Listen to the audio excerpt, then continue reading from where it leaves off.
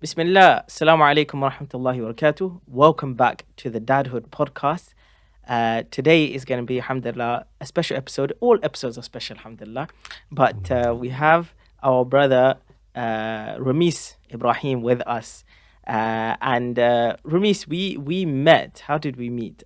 You know what? I knew of your work before we actually met. So I knew that you do loads of different things. You have like many different hats, okay? And the first time I actually heard about you was through Abdul Samad, yeah. Okay. Yeah. He He's we were actually coming to see me tomorrow oh mashallah, give for him my for salams. for hijama and everything. Yeah. Okay, wicked. So I had a podcast that was running with him called Ibn Battuta's Boat, me and some brothers, and he was helping us out. And he told us, you need to get Ramis on this. He can speak about all sorts of things. He can speak about parenting, about coaching, about mindset, about Alhamdulillah. hijama. He was like, he can speak about everything. So I was like, okay, cool, we'll get him on. And then eventually, the podcast sort of died out, and then so we never invite you on. And so, but since then, I'd sort of been following your social media or just getting invited into different group chats that you're part of, and you're contributing to them. And then I thought, okay, Alhamdulillah. mashallah, he what Abdul Samad said, it's true. It's true, mashallah. The Ramis Alhamdulillah. wears a Kullu lot khair min of Allah. hats, and alhamdulillah, he has a lot of knowledge. So Alhamdulillah. then we actually met in person at the father's camp, the Good Life camp I'm that sure I met before our that. brother I've seen Tariq you a few organized. places as well. Probably, actually, yeah, maybe we met before that. I'm sort of all over the place. So they're probably like places where Alhamdulillah. we bumped into each other. Yeah. Yeah. And yeah, since then, obviously, that kind of led to you coming on this podcast. So thank you for joining Alhamdulillah. us, Ramis. Alhamdulillah. Welcome. And Jazakumullah the khairan. first question that we usually have for all of our guests Mm-hmm. is, when did you become a father? I.e., how old were you when you became a father? And Oh, how many children do you have? I came into fatherhood quite late. I'm not going to tell my whole story now, but it's a nice story. But um, so when I was 41, I had my first child. Well, I didn't. The children's mother did. Yeah, Um, but so yeah, I've got three children, two girls and a boy, 15, 13 and 7. mashallah. Alhamdulillah, that's good. So you got experience across all the age ranges, mashallah. Alhamdulillah. Yeah, Alhamdulillah. as a father, I have a philosophy that I don't impose my authority on them unnecessarily. Okay. They know that I'm the father. They know that I'm in control. Mm. They know that I'm a disciplinarian. I'm not authoritative, but I'm authoritarian in the sense of, is that right? Yeah. No, Yeah, you're saying you're not authoritarian, but you're I'm authoritative. authoritative. That's right. Yeah, the Yeah, other way around. that's right. Alhamdulillah. So Do you mind yeah, just I've lifting got. up your Well, mic a little I bit? I have can no. hear you a bit Sorry. Yeah, better. this. Yeah, it's escaping. Yeah, I'm gonna have to maybe put it on my lip. I'll hold it here. No problem. So, basically, 15, 13, and 7. We get on well. I don't have to. The only time I have to tell them twice, is when I call them. I'm coming, Okay. about. I'm coming. That's the only time I get annoyed. Other than that, if I say to them like, dry my father's, their granddad's feet after he makes wudu, they'll dry the feet, put socks on, happily, and I'm proud of that. And if I've got kids Mm. that do that without shrugging their shoulders, alhamdulillah, I feel I've done a good job. Um, and with children, it's really easy. It's like rearing sheep, not in a Mm. derogatory way, but you guide them very clearly. Yeah. So if they don't want to do anything, I don't pull their ears and say, I'm your father, obey me, Turkish culture styley, as they say. Yeah. I just tell them, well, okay, you don't want to do it now, when do you want to do it? I have Mm. to give them the authority. I have to give them the responsibility, the accountability, time-wise, Right. time frame, where, when, So Yeah. if I say to them, do something, they say no. My little boy, he'll say, 5 minutes, Baba. Now, he has no clue 5 minutes is a very short period of time. So I come back in half an hour. And I Yeah. say, Baba, you said you're going to do what I asked you to do. Okay, but Yeah. and he goes and does it. Simple. I don't have to smack his bum and, really go into town unnecessarily Yeah. Yeah. to prove my control over their children. Yeah. You Yeah. know. So I'm very straightforward with my children. Very, very straightforward. We talk about everything. I talk to them about LGBT. I talk to her about sex. We talk to her about, well, obviously not 7-year-old, but I guide my girls to a point very forthrightly, in the sense of, for example, we've homeschooled them till the age of 13, the older one anyway. Okay. And she's now going to school, Islamic school, Yeah. alhamdulillah. I don't really care. I'm not a father that cares about education. And that may sound a bit, oh, that's a bit oi, but no, because education's going to come. Right. It's going to come. So I'm not going to really push them. It's going to come. I'm more interested in the Islamic side and their environment and their character and tarbiyah and all this sort of thing. And alhamdulillah, they've got a good balance. Alhamdulillah. So I said to her, the older one, she's the only one that's going at the moment. The girl, the middle one, she's homeschooled, and the boy she's still homeschooled, but the boy is going to Islamic school as well. So basically, I've said to her, you go home. I mean, you go to school and come home. I want no, excuse the expression, BS from you. Yeah. You just, Baba, what have I done? Have you done nothing? I trust you implicitly, but I don't know your friends, but I know them. I guarantee I know them better than you. So you go home. I don't want no phone calls from teachers or boys or from police. Papa, where are you going with this? I said, no, it's the first and last conversation we're having. I said, tomorrow you're going to like a boy. Because Papa, I said, listen, I'm not a Father Christmas fairy tale head in the sand type of father. I know what's going on. Yeah. I said, if you like him, he sends his sister or female counterpart, and you give him my number. If he calls me, I'll kiss his forehead, shake his hand. Well done, son. Let's go camping. Let's go fishing. Let's go to the masjid. Let's spend some time together. But if he says to you, no, I don't want to meet your father, just elbow him right in the face. And when he falls on the floor, do a Bruce Lee double stamp on his head. I'll deal with the police afterwards. Subhanallah. So I said to my girls, I want you guys to know to smash someone's face in. And they say, why, Baba? I said, I hope you never find out why. It's better to have the skills and not need it than need not have it, as they say, as the saying goes. So I'm that kind of dad. I'm very hands-on, even when they're with their mother. I'm not with their mother, but we co-parent very, very well. Allah bless her. Alhamdulillah. So, when they're with their mother, we speak about them so that we keep everything on an even keel. There's no clashing. We're on the same page, alhamdulillah. Even when we were married and even now. We do have a little bit of our differences, but it's not so it's not so bad. Yeah. And that's my advice on parents is, don't fret, don't overthink, don't try to bring them up the way you were brought up. Find a way that they have a love language, right? They say. Yes. Yeah. Then you have a teaching language, have a parenting language.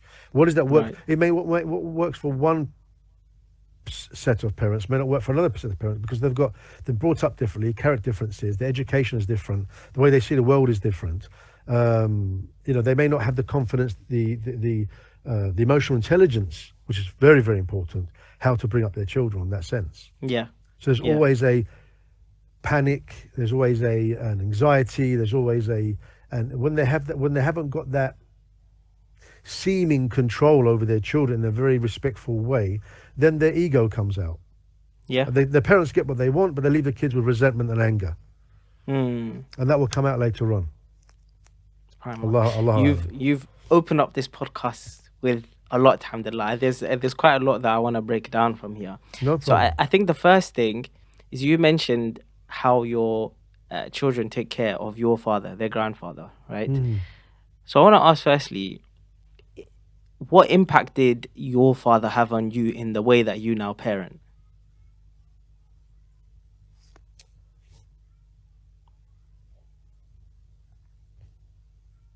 It's a very emotional question.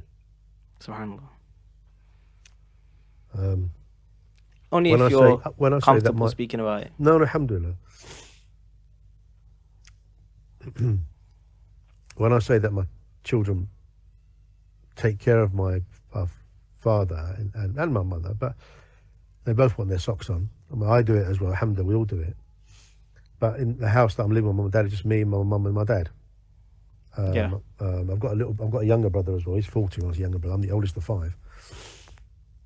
So when I say they dry his feet, they put his socks on, they don't take care of him generally, but they take care of him. Yeah.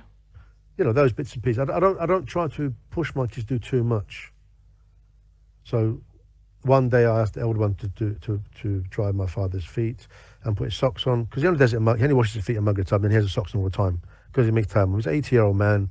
Alhamdulillah, Allah bless him. He's, you know, Allah preserve him. He's goes dialysis 3 times a week. You know, he's a strong man, but you know, to me, he's a man mountain. And this question you asked is very emotive, as they say.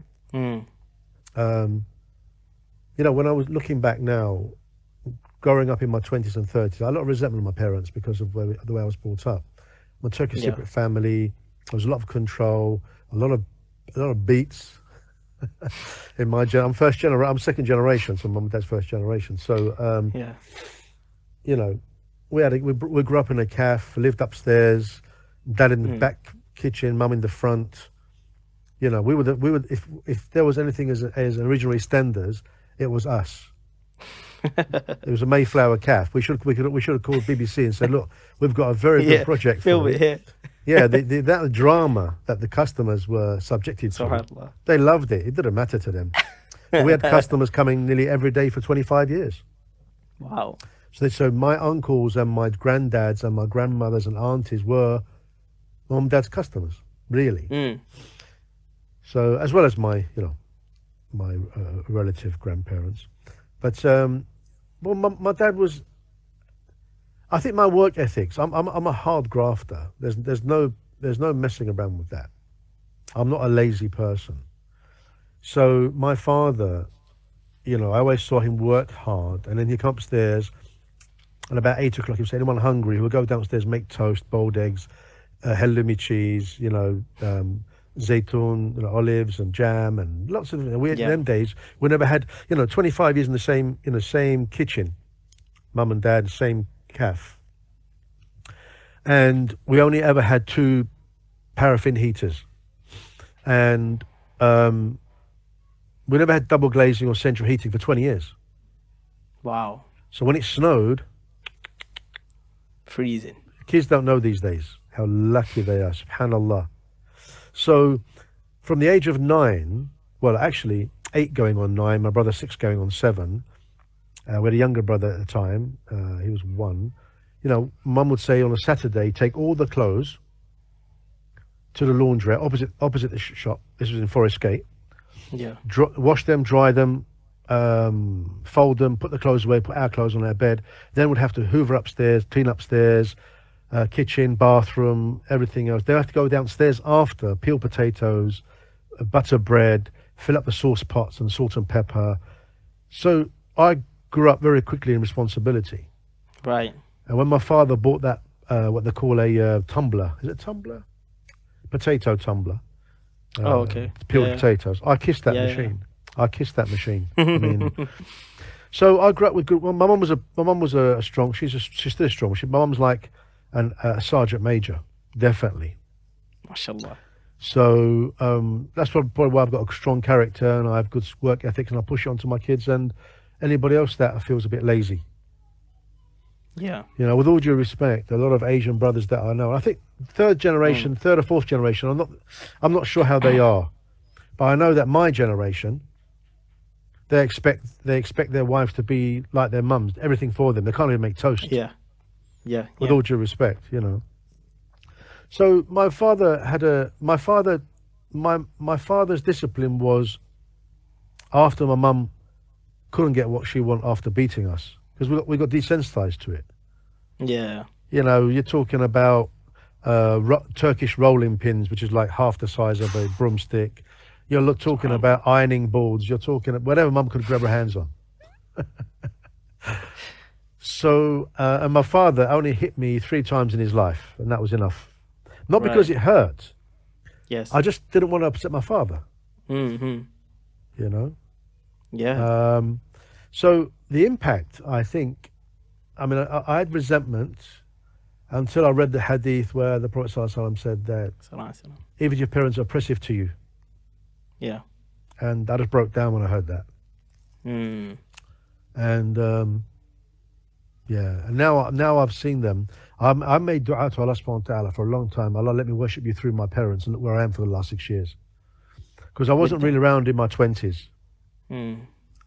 Now, I didn't start practicing the deen until 29, 30, which was 1996, 1997. Before that, I was a gypsy before that. Right. I still traveled when I came into deen. But I traveled, was hardly home. So now I thank Allah subhanahu wa ta'ala for the privilege of being with my parents. Mm. Whatever Allah sees in me, I'm not perfect, Allah knows, كل ابن آدم خطأ وخير الخطائين التوابون. Every son of Adam makes a mistake, and the best is to make tawbah, and that's my life. I make tawbah at night time, shukr in the morning, I do what I can that day, and that's it. Whatever I can do. Work, kids, mum and dad, and whatever Allah throws at me, alhamdulillah. But my ethics come from my parents' hard graft. And I don't push my kids the way that mum and dad push me, but I give them the understanding of hard graft according to their circumstances and their present time in this life, if you know what I mean. Yeah. You were saying that you help parents to ensure that they're bringing up their children, not the way that their parents brought them up, but the way that their children need to be brought up now. Yeah, that's the advice I give. Yeah. What? How does that relate to your own situation in terms of you saw what your parents did for you, and why did you want to do maybe things slightly different for your children, and what things did you feel like you took in from what your parents took you as well? I don't want my children resenting me like I resented my mum. I would say more so growing up. Not a lot, maybe 3 or 5 years, and that's mainly even in Deen in my 40s. Yeah. It was just one of them things. I couldn't help that feeling. But now that I look at them now, they're very like. There's a word in Turkish called çökmek or çöktü. Çökmek is like when a house is subsided, and the word is çökmek is subsidence. So my parents have subsided in the last 6 years, maybe because of me probably, but since I've been here. But because I've seen them really get old, they've exponentially get in there, And I see other people's parents, passing away, and I haven't experienced that. Maybe I will, maybe I won't. Maybe I'll go before them. Allahu alam. Yeah, who knows? Allah preserve us all. But yeah. So I don't want my children to resent me the way I resent them. It was a horrible feeling because you had love at this. It was huge dichotomy and a huge conflict. It was horrible having the love and the resentment at the same time. Yeah. Even now, sometimes, with all due respect, and I do, in front of Allah, sometimes mum says something and it gets up my mind because she knows what buttons to press. You know why? Parents know why. Because they put the buttons there themselves. Yeah. So they know which buttons to press. So so all we have to do is be patient as much as you can. And I've got the privilege of, being with them, spending time with them every day until such time as Allah decides whatever He decides. Yeah. Which I'm happy about, alhamdulillah, because it helps my own psychological healing and my emotional healing. And I've done a lot of work over the years, becoming a counselor, psychotherapist, whatever it may be, and then trying to push people to increase their emotional intelligence. I'm a part of that fathers group and another group of parents and things like that. And it's like I'm trying to push a course, maybe a podcast or something to teach them to how they can help themselves. Yes. And they can exponentially if they just want to. Emotional intelligence or the ataf is emotional intelligence is not something that is difficult to get. Like I'm talking to you now, alhamdulillah, and at the same time I'm aware of Allah. At the same time, I'm aware of my feelings. Yeah. I'm aware of my anxiety. I'm aware of my passion of what I'm talking about. Yeah. I'm also aware at the time that my father will be here in about an hour's time from dialysis. So I've got the food ready earlier on, so that's fine. I'm aware of all these things, but I don't. I'll say impose my emotions on these situations because there's no need. I've got it under control. My emotions are under control, alhamdulillah. 10 years ago, terrible rage. And I didn't hurt anybody. I didn't hit my families or whatever. And I'm not scared of anybody. That can be a good thing, can be a bad thing. Yeah. I've got myself in trouble sometimes over the years, and I've got myself out of it as well by being respectfully assertive, respectfully honest to people. Yeah. Hmm. You know, and most people out there who think they're brave or courageous or maybe thuggish, if you speak to them in a way that you're real, you're authentic, it stops them in their tracks because they think that it's like when I was in 1995, I went to America because I had to leave London, not because someone was chasing me, but if I stayed here, I said to Mum, if I stay here, you're going to visit my grave, or you're going to visit me in prison. Subhanallah. So I had to leave, quote unquote, find myself, as they say. I mean, I don't. Right. It's just a way of just getting away from them. I had to go somewhere whereby I'm probably seeking validation. First generation. I'm a second generation. First generation parents don't know how to validate you. Yeah. So you're chasing dunya, you're chasing everybody, you're chasing people, you're chasing money just to get validation. But that's only 5-minute gratification of happiness. You're trying to find contentment. Yeah. So alhamdulillah, I went to America in 1995. I got allocated some children to look after. It was at Camp America, by the way. MashaAllah. Okay. So that's where I first had my bout of counselling with. I remember her name. Her name was Barbara Vedder. It was a Jewish camp. She was a Jewish lady. Her name was Barbara Vedder, a professor of child psychology. And I will never forget what she said to me. Always look at the child behind the behavior. Don't attack the behavior. That's just your nerves. Yeah. Not attack, but deal with the child. And then there was a boy. His name was John something. John Konkowski or something like that. And he stank. Honestly, he stank to high heaven, as they say. And I was allocated to him. I thought, oh my God. But I said to him, listen, John, everyone's going horse riding, snake catching, bullfrog fighting, archery, whatever it is. And what are we doing here? I said, I still get paid, but you're missing out. Yeah. He goes, right, I wash my head and not my body. No, you can have a whole shower. You effing this, you see, A to Z, whatever swear words he knew, he was giving it to me. But you know what? I said, you know what, John, the more you behave towards me this way, the more I'm going to love you. Yeah. We became best friends. Subhanallah. And he was like 10 and I was like 28. Another child, wouldn't let anyone else sit next to him after I dealt with his anger issue. And on those American buses, those big buses, he wouldn't let anyone sit next to him until I came on board and sat next to him. So the point of that is, when you're dealing with authenticity with people, being your authentic self. I can say to somebody, in the street, Allah, don't test me on this point. I'm not a big man, but I've got the aggression to take on about 2 guys. It's not a problem. Sure. But they may overpower me, and I said to them, you may overpower me, you may beat me, but I will leave you with something you remember the rest of your life. That's just ego, but also look, I'm not scared of you. There's no point of this. Yeah. But I also got the ability in my education, my emotional intelligence, to say to them, look, there's no point of this. It's just your ego and my ego. And then what? You're going to be in hospital. I'm in hospital. I've got kids. You may have kids. You may be trying to prove something to your friends. There's no need. Let's go for a cup of tea, or just let me go my way. I'll let you go on your way. So this topic of emotional intelligence and self-awareness is something that I'm very very, very interested in, and something that we speak about a lot on the podcast, and something which I feel like you're saying as well is lost in a lot of fathers at the moment, that they're not thinking on that level, and they're living a life of reacting to the kids' behavior, reacting to the environment in which their children are in, and reaction.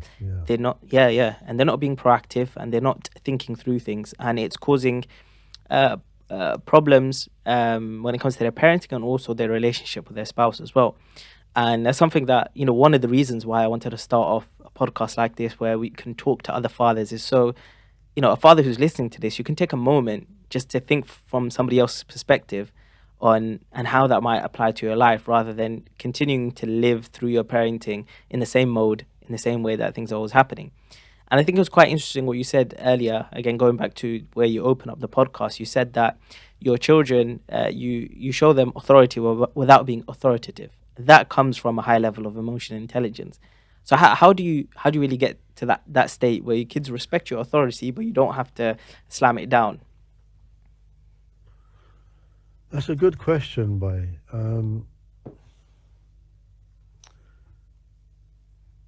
Yeah, we've all got an inner child, you know, Mm. and most of the, excuse me, the brothers that I meet nowadays, with all due respect, are man children.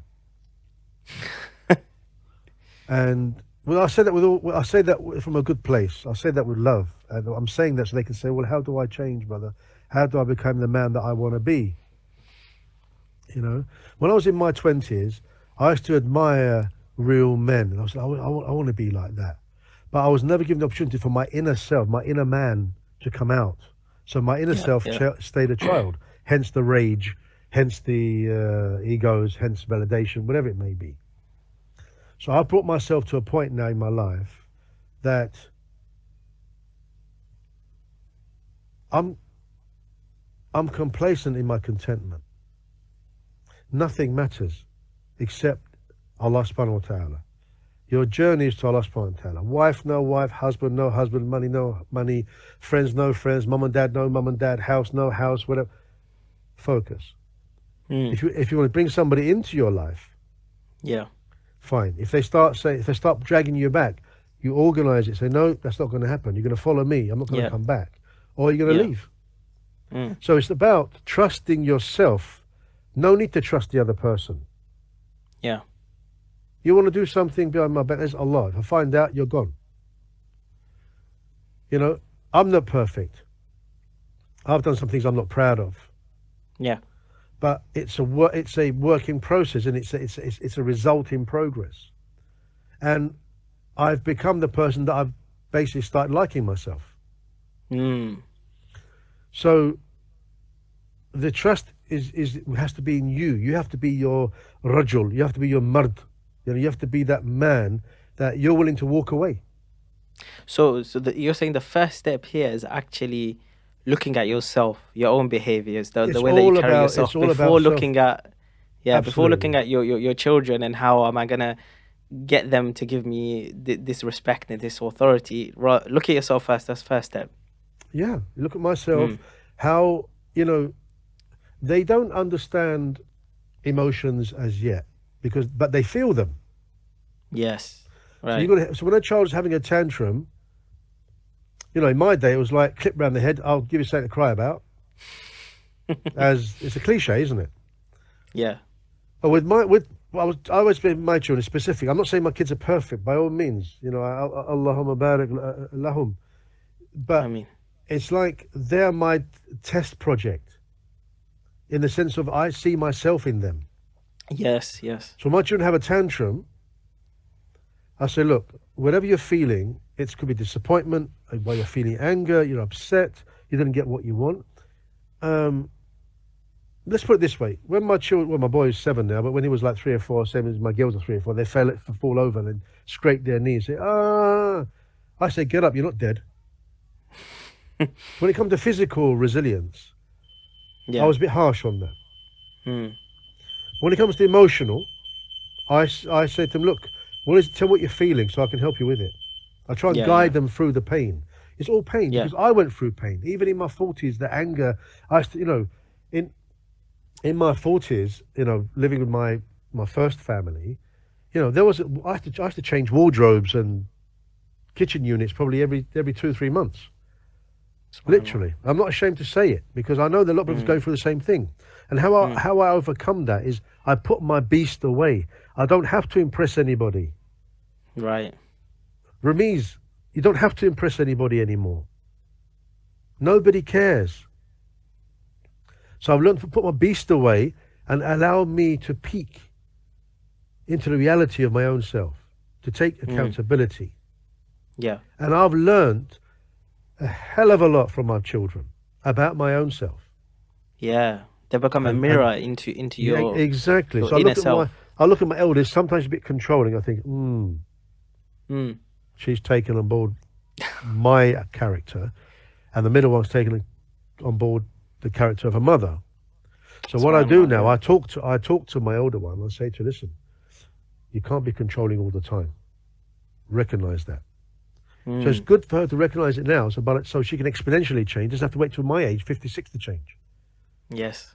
or in my 50s, I would say. I changed a long time ago, but I'm still changing. We're learning all the time. And this is what I like Yeah. about the. Once you exponentially change to a point whereby you start liking yourself and you're content, then you're learning all the time. It's easy to learn.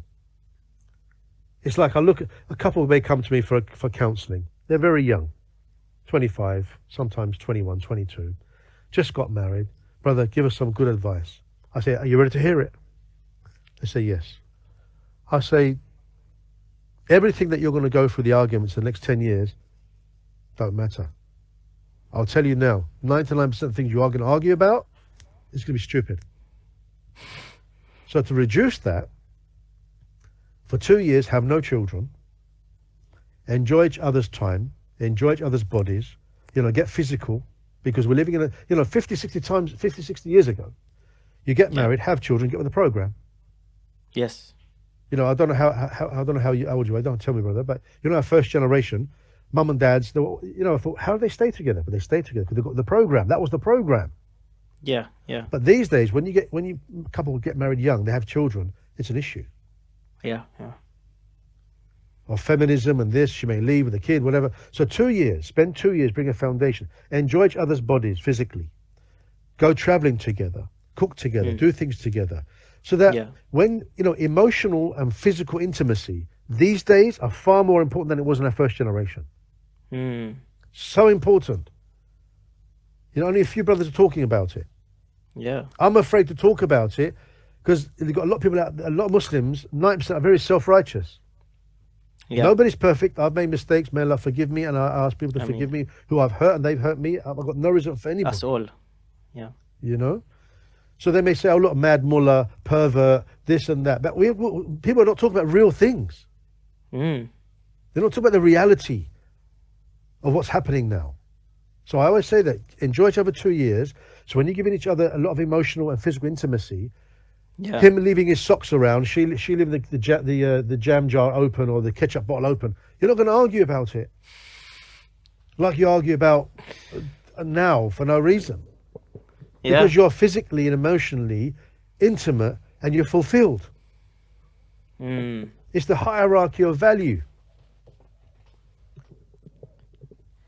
Very good points, subhanAllah. Yes, this is you make a very, very valid point, just to track back to the question that we're trying to answer in terms of authorities, we focus on ourselves. And once we explore ourselves, as Ramiz was just explaining, then we're able to then see the correction of those behaviors in our children without having to really slam our fist down. And what you're just saying now about young Muslim couples nowadays, that's something that sometimes people ask me, and I'm not in authority to give advice like you are, mashallah. You have sort of some qualifications and experience in the game. But when people ask me, when do you think it's the right time to have children and things like that, I'm like, you don't have to have children straight away. Like, you don't need to ridiculously delay children to like 30, 40 or something like this. But neither do you have to cut you, brother, speed it up. Not delaying it because of finance. Yes. You delay it for 2 years, maybe maximum 3, to get to know each other, to make the foundations of marriage to last longer. You've got about 50, 60, 70, sometimes 70 years maybe to live together. Yeah. So you're going to set a foundation now. Yeah. And it doesn't have to take long to set that foundation. 1 year, 2 years. As long as you both sure that want to. Yeah. You have love each other. You sit there and you give each other time to talk and say, listen, I have this issue, that issue. How do we deal with it? You deal with this. I'll deal with that for you. You help me. I love you. I care for you. Do things to you. Once that door is closed, you become like in your castle. And don't allow other people, external influences. Oh, this is an important point. Including family. With all due respect to your mum and dad, your brothers, your sisters, whatever, don't tell them things that's happening in your life. Ever. Yeah. You talk to yourselves, between yourselves, and if you need mediation, take it to a sheikh who is, he's got wisdom and he's probably in his 50s, not in his 20s, 30s. Yes. He's been through it. He knows. He's been through it, what's going on. He's complacent now. He knows what's going on as well. It's on that point about being complacent. It seems like you've obviously gone through this journey. Like you said, you used to have this rage, and then through your children, you saw a lot of things, and you tried to address a lot of things.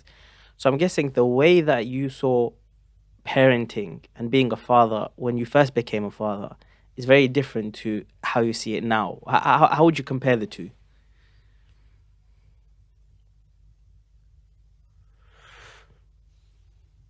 When,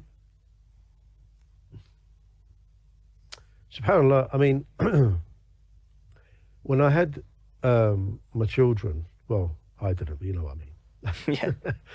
mean. Once you have children, you don't matter anymore. Mm. But you've got to make time for yourself. You can't be a candle giving everybody else heat and light and burning yourself away. It's not going to work, Yeah. Yeah. as they say. So Mm. I take my job as a father very serious. You know, I love it. I love what I do. Yeah. I purposefully, I deliberately do my job. I'm Right. very hands-on. Now, I can be a father, work 6 days a week and see my kids 1 day a week, 2 days a week, like most fathers, I suppose, Yeah. that are in Yeah. that situation. But I can't do that. Right. I want to see them more. Mm. Only maybe because I had them late, Okay. Yeah. Yeah. you know? So Mm. I feel like anxiety, like I might not have much time. Allah may take them before me, Allahu Alam. But I'm just saying, I want Yeah. to give, I want to bring them give them as much of myself, life skills as possible before I go. Yeah. So it stays with them. Like, for example, I tell them, grab some kind of positive escapism for your emotional stress. So I take my boy fishing. The girls are doing crocheting or whatever. They read or do something so that if they get stressed, I'm going for a run. Not sex, drugs, and rock and roll. I tell them straight. Yes. Yeah. Find out a positive escapism now, so later on, when you get emotionally stressed, you don't seek sex, drugs, and rock and roll, alcohol, Yes, whatever it yes. may be. Yeah. You seek Allah, you do your rak'ah, you do your rak'atayn, you do your salah, you do that, and then you say, right, I'm going to go to the gym, I'm going to go for a run, I'm going to you read Quran, read a book, something that is positive. Yeah. Like my boy goes, Baba, you keep saying that to me. I said, I'm going to keep saying it to you until you're fed up. So if anything happens to me, you can hear my voice then. I never had all that. I'm not saying I didn't have all that. My mum, dad, done. I mean, look, I tell my mum sometimes, even now, I'm not a druggie, mum. I'm not a drunk. I'm not. You don't get calls from police. I'm not Yes. this and that. Alhamdulillah, you've done a good job, mum. Yeah. Yeah. Yeah. I'm not perfect. I've got some hang-ups. I've got some validation issues. I've still, Yeah. still working things on it. But I like where I am now. I like Yeah, where yeah. I've, become. And again, people forgive me and I forgive them. I've got no qualms for anything anymore because Allah subhanahu wa ta'ala, nobody should be self-righteous, especially me. Yeah. When you're talking to someone and giving someone da'wah and advice, you don't talk in a place of self-righteousness. Yeah. You're talking in yeah. a place of ad-din nasiha, that you're giving good advice. That's it. Mm. Now, their reaction to your advice is not dictating whether they accepted it or not. You should worry about that. Oh, you didn't take my advice. But no worry. If you do it for the sake of Allah, you won't get upset about it if they took it or not. Just give it to them. Yeah. Just like when you're giving da'wah to a non-Muslim. You're not here to change people. You're here to start making people think. Yeah. Yeah. Allah looks at the hearts whether they should change or not. It's up Yeah. to you. So, in regards to that, knowing oneself is very, very important. And if you've got kids and you haven't got the time to know yourself, you have to. You've got to be. One brother said to me, who's a coach as well, because I had coaching as well.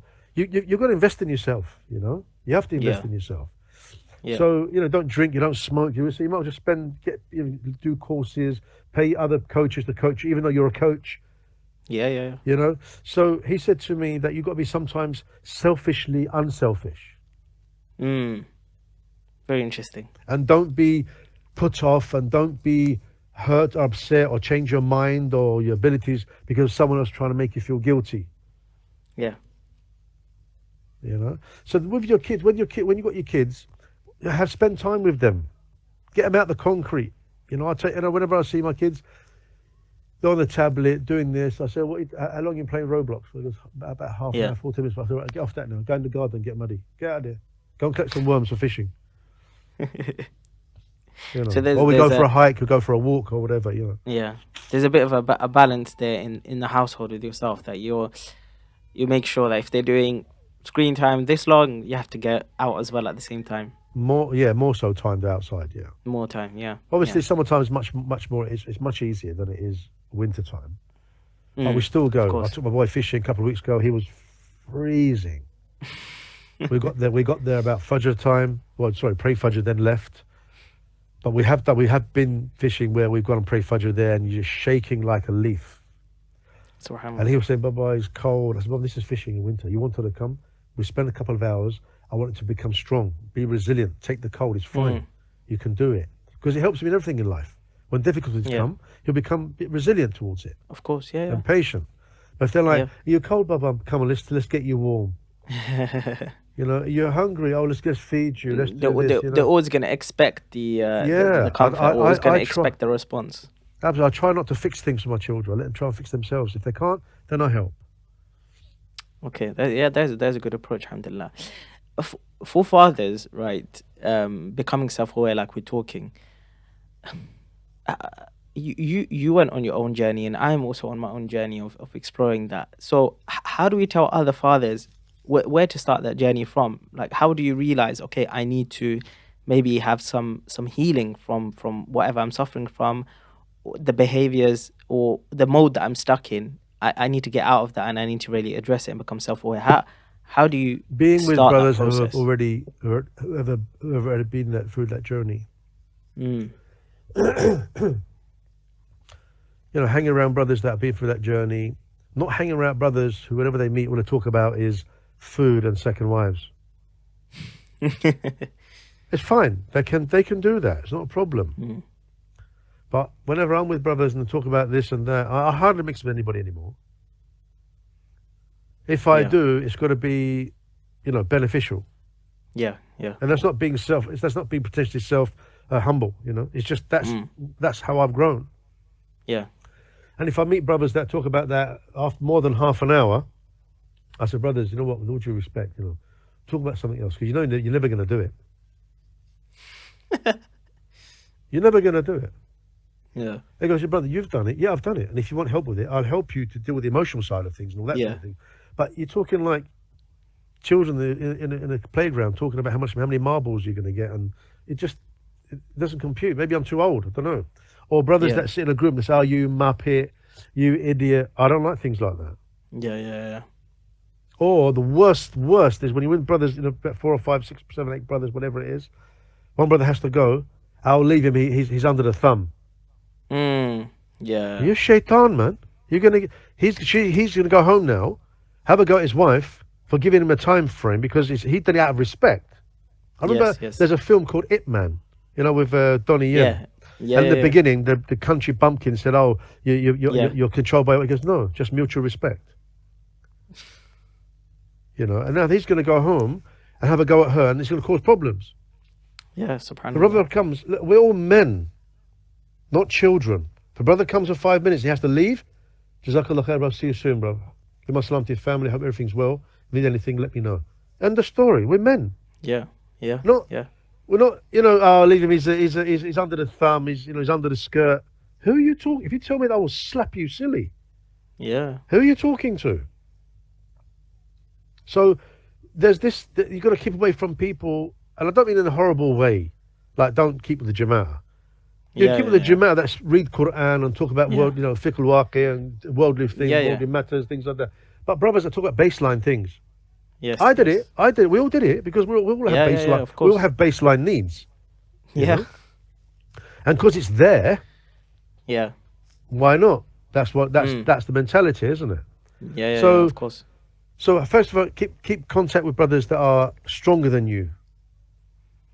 Yeah, Yeah, I don't mean successfully in financially successfully, emotionally successful. yeah, yeah, Okay.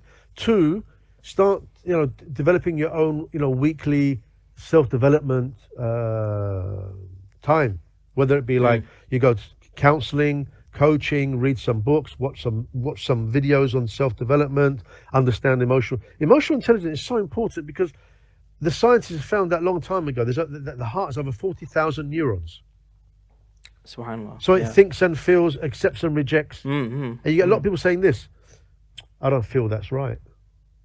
Yeah. When you become more emotional intelligence, you stop saying, "I don't think that's right," and you start saying, "I don't feel that's right." Hmm. And Interesting. also, you end up having more empathy, Yeah. first towards yourself and other people. You don't want to be, you don't program yourself with the programs of people that inputted that program into you growing up. You are a product. You may think you're the person you've become, but you're not. You are a product of upbringing, from parents' input, friends' input, television, whatever you've done. Yeah. You, Yeah. you become a product. And you may not like that product, but you're alive to change it. So stop Yeah. feeling and you've got to stop feeling the victim. Oh, poor Mm. me.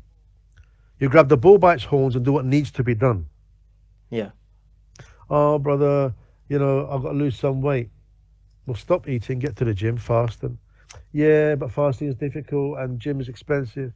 Okay, then just go for a walk every day on empty stomach. Yeah, but it's cold. I will slap you in a minute. I think that's what you need to wake you up from your nonsense. Everything I've said to you, you've knocked it over negativity. I mean, come on. Yeah. Yeah. What is that? You've got someone that helps you. You don't want it. So back you like playing the victim. Not someone say, "Oh, it's okay. Don't worry. Come here. Let me hug you. It's okay." That's what they want. They've had that growing up. Yeah. Yeah. Yeah. You can't mother our children. I don't mean bring them up to become like hardened, concrete. But they have to have a balance. They have to have a good demeanor, self-control, understanding their own emotions, so they can help other people as well without affecting them. Yeah. So, like I said, you've got to make yourself available to yourself, Mm. like you make yourself available to everybody else. They're taking a piece of you, losing energy. Then you come back and complain, I've got energy to do. I'll be truthful with you. I joined the gym 2 months ago and I've yet to go. and that's not because of procrastination. That's because of deliberate using procrastination in a positive way. I know when I'm going to start. Yeah. So I've got a few things to do things in the meanwhile. Also, time management. Yeah. You've got to manage your time, manage your emotions, manage your business, manage your family. Yeah. So it takes a manly character to do this. And to get to the manly character, stop hanging around with children. Mm. And I'm not talking about literally children. I'm talking about brothers who are like children. Yeah. They're not helping you grow.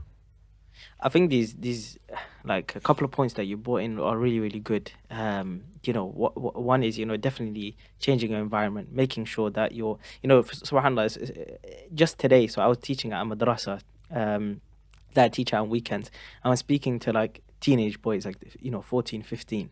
And I was telling them that if you want to be somebody who can hold themselves to account, to make sure that you are aware of your own actions, like i.e. not being such a teenager. This term teenager doesn't really exist in Islam. You're a child or you're an adult.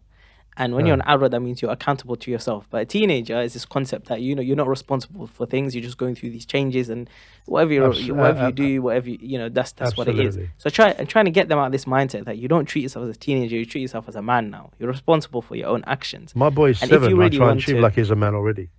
Mashallah, that's good. And my girls, I teach them, you're a grown woman now. Yeah. I'll put it much more bluntly than that. I say grown something woman. You're a grown woman. Yeah, And you got to take responsibility, Baba. You have to. We must touch upon, we can't do this without touching upon the an honesty of fathers who can't see their children.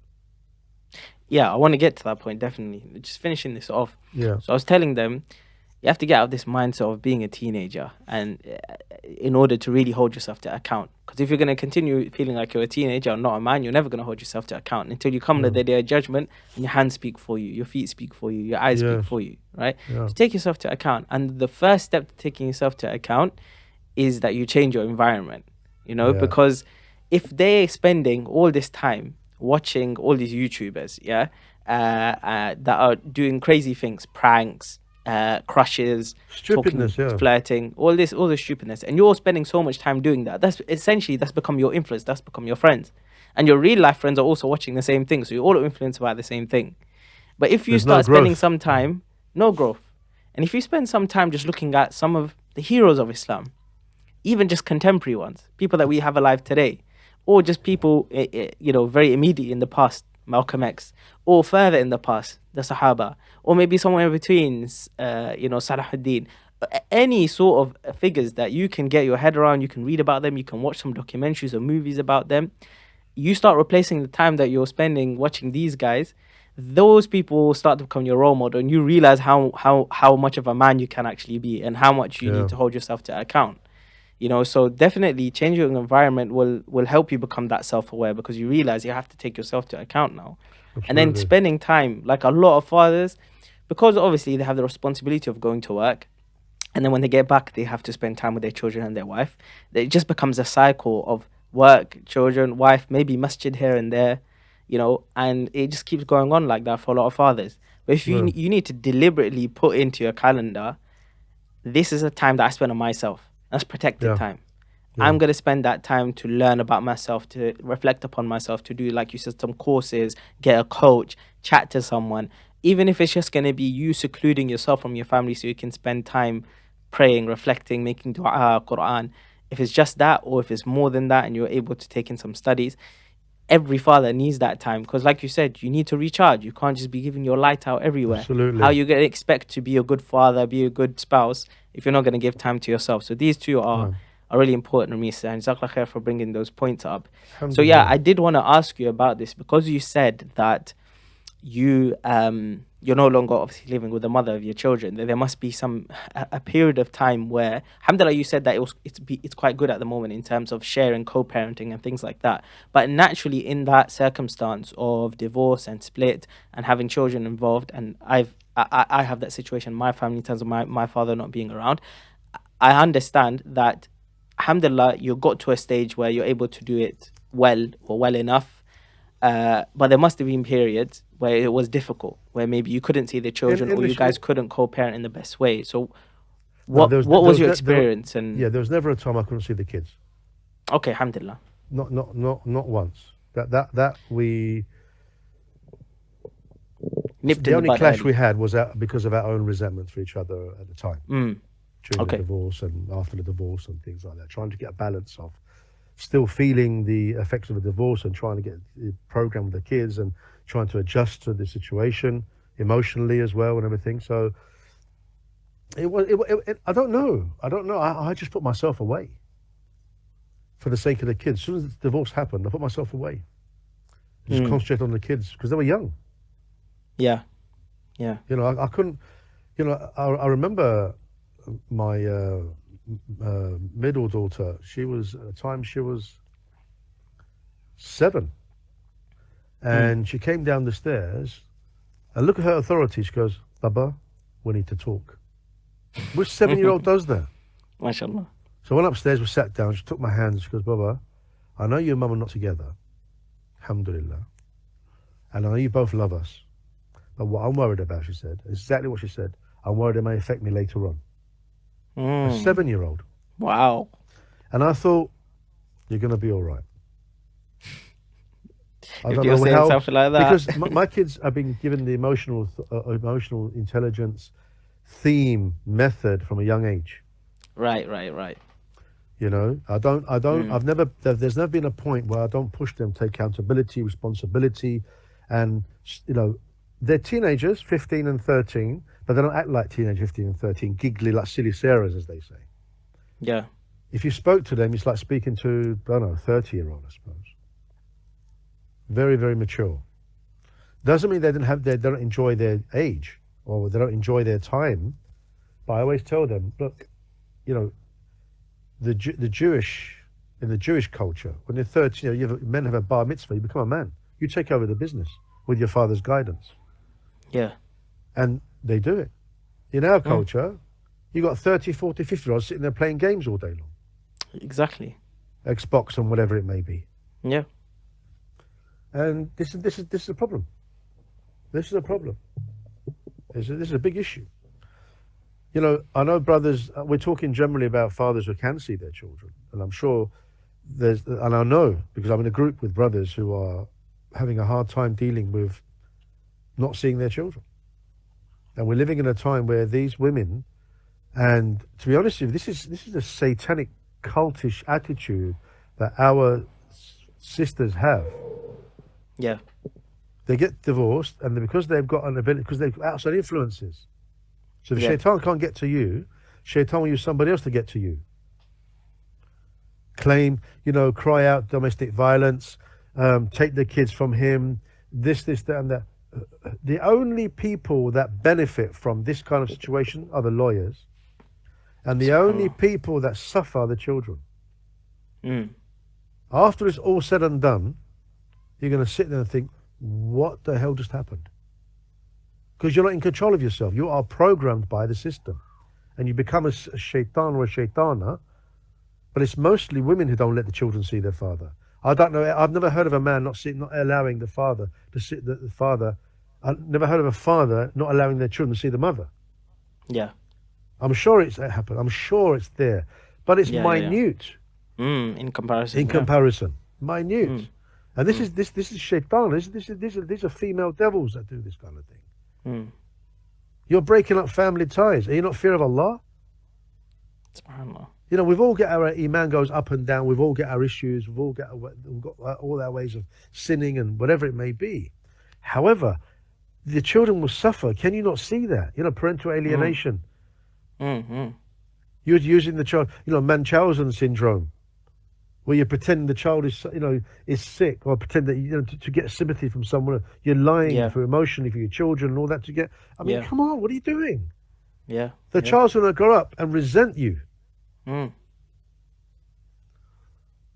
The only advice I'll give to brothers is just be strong. This is Allah knows what's going on. This is this is a huge test. Yeah. I sometimes wonder if had it ever happened to me, I'll probably end up in prison. SubhanAllah. I'm not that guy. I just can't. I can't. Alhamdulillah. Allah tests us according to our iman, according to our level of whatever it is that Allah tests us with, because Allah knows. Allah doesn't give a grade B student a grade A exam. Allah's not an oppressor. And I've talked to lots of brothers over the years, and then their ex-wives have called me and said, brother, would you mind talking to him? And talking to him about what? Talking to him about what? You cried out domestic violence, there's no proof. You've taken him to the cleaners, and you ended up with what, 100 grand? When you could end up with a house, if you spoke to each other properly and said, look, we may not be together, but let's co-parent for the sake of the child. Yeah. If it's like, for example, if the ex-wife's going to get married again and you've got daughters, whatever. Me personally, I want to see the man you want to marry. Yeah. I want to speak to him. Say, look, you're going to be like a father to my children. I'm going to vet you myself. And vice versa. I was just speaking to a brother who runs he runs a mediation service, and he was basically saying that Muslims have no idea how to do mediation whatsoever. The only thing that they know is to go straight to the lawyers. And when you go to a court, you have to show them that you've done some sort of mediation before you get to the point of taking it into a court case. Yeah, the courts are not too bad, There people say this and that. Yeah. Worst case scenario, but the judges are not stupid. Yeah, of course.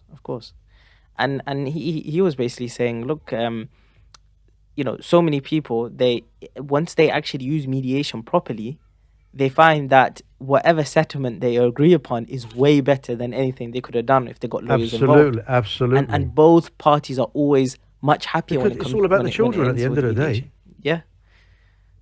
Exactly. You've both planted a seed. Excuse the pun. You've grown into a fruit-bearing plant. Now take care of the fruit. While you guys arguing, the fruit's going to rotting away. SubhanAllah. And you have to be really, really. I think I'm gonna upgrade my mediation service. I think I'm gonna have to take it away from counselling and make it more mediation. Yeah, SubhanAllah. It needs. Look, Ramiz. SubhanAllah.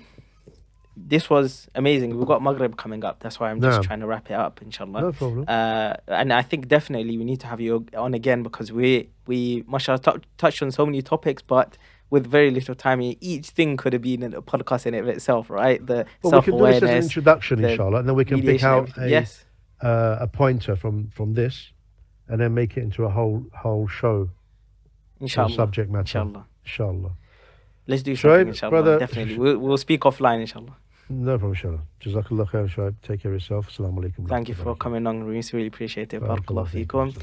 And brothers and sisters who are listening, you can, inshallah, if you haven't subscribed or followed to myself and Dadhood, then you can do that so you can get updates about more of these podcasts that we're putting out, inshallah, and anything else that comes out that we do that is father related, inshallah. So just make sure you do that.